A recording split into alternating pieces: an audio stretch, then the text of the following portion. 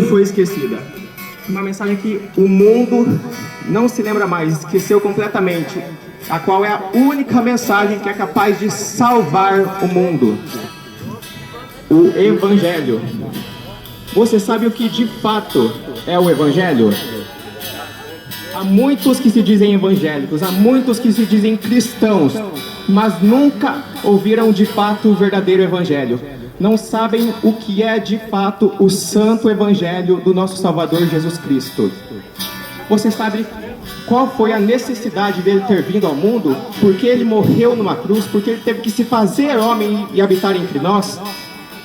Você entende a necessidade que o ser humano tem de arrependimento, de renúncia, de fugir desesperadamente do mundo e se apegar com forças ao amor de Deus? Bem, eu vou tentar explicar de maneira simples e clara. No princípio, Deus criou um mundo bom e o homem à sua imagem e semelhança. Em Gênesis 1, há 7 declarações de Deus de que o mundo é bom. Mas, como todos sabem a história, o ser humano caiu, quis se tornar igual a Deus, e bastou um só pecado, somente um único pecado, para ofender a tremenda santidade de Deus e corromper toda a criação, corromper completamente o ser humano, transformando-o na criatura mais abominável, mais atroz, mais violenta e maligna que já pisou na face da terra.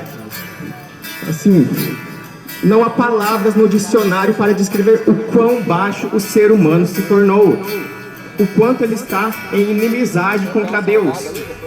O pregador americano Paul Washer usa uma ilustração até que clara para falar sobre a condição do homem diante de Deus.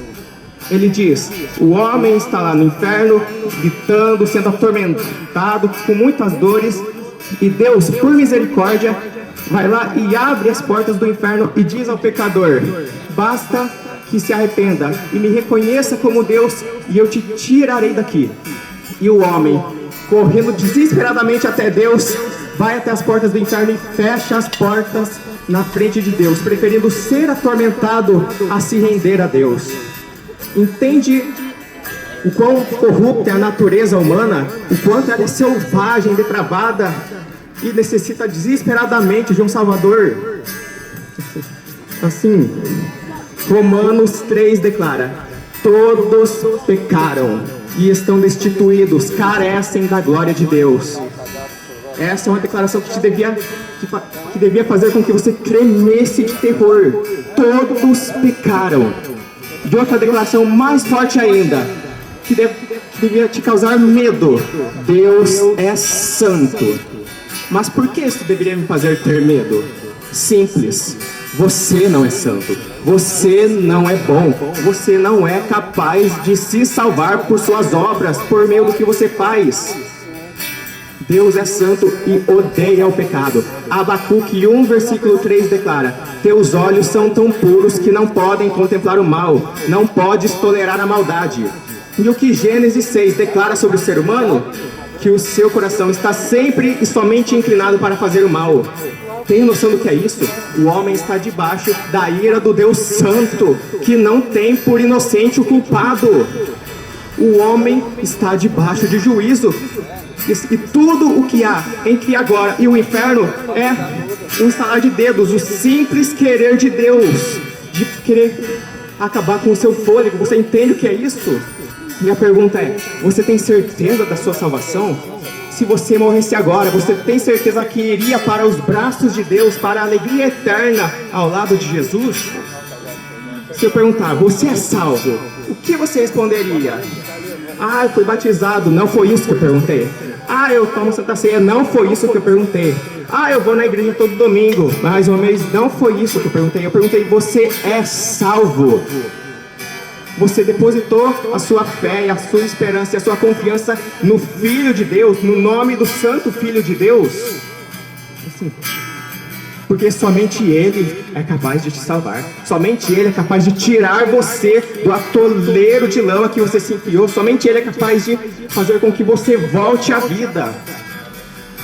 Em Efésios, Paulo diz que nós estávamos mortos em pecados e delitos. Você entende por que ele usa essa imagem? O morto não ouve nada, não escuta nada, é completamente insensível a tudo que acontece ao seu redor. A menos que um milagre, um verdadeiro milagre aconteça, a menos que ele seja regenerado e ressuscitado pelo Espírito Santo de Deus, o homem não pode voltar à vida. O morto não pode dar vida a si mesmo. O ser humano precisa de Deus, precisa desesperadamente, urgentemente de Jesus, somente Cristo. E o que Cristo fez? Muito simples. Ele se fez homem e habitou entre nós. Por que ele precisava ser homem? Simples. Porque foi contra seres humanos que Deus estava irado. Foram seres humanos que pecaram contra Deus. E somente um ser humano pleno para tomar o lugar, para substituir outro ser humano.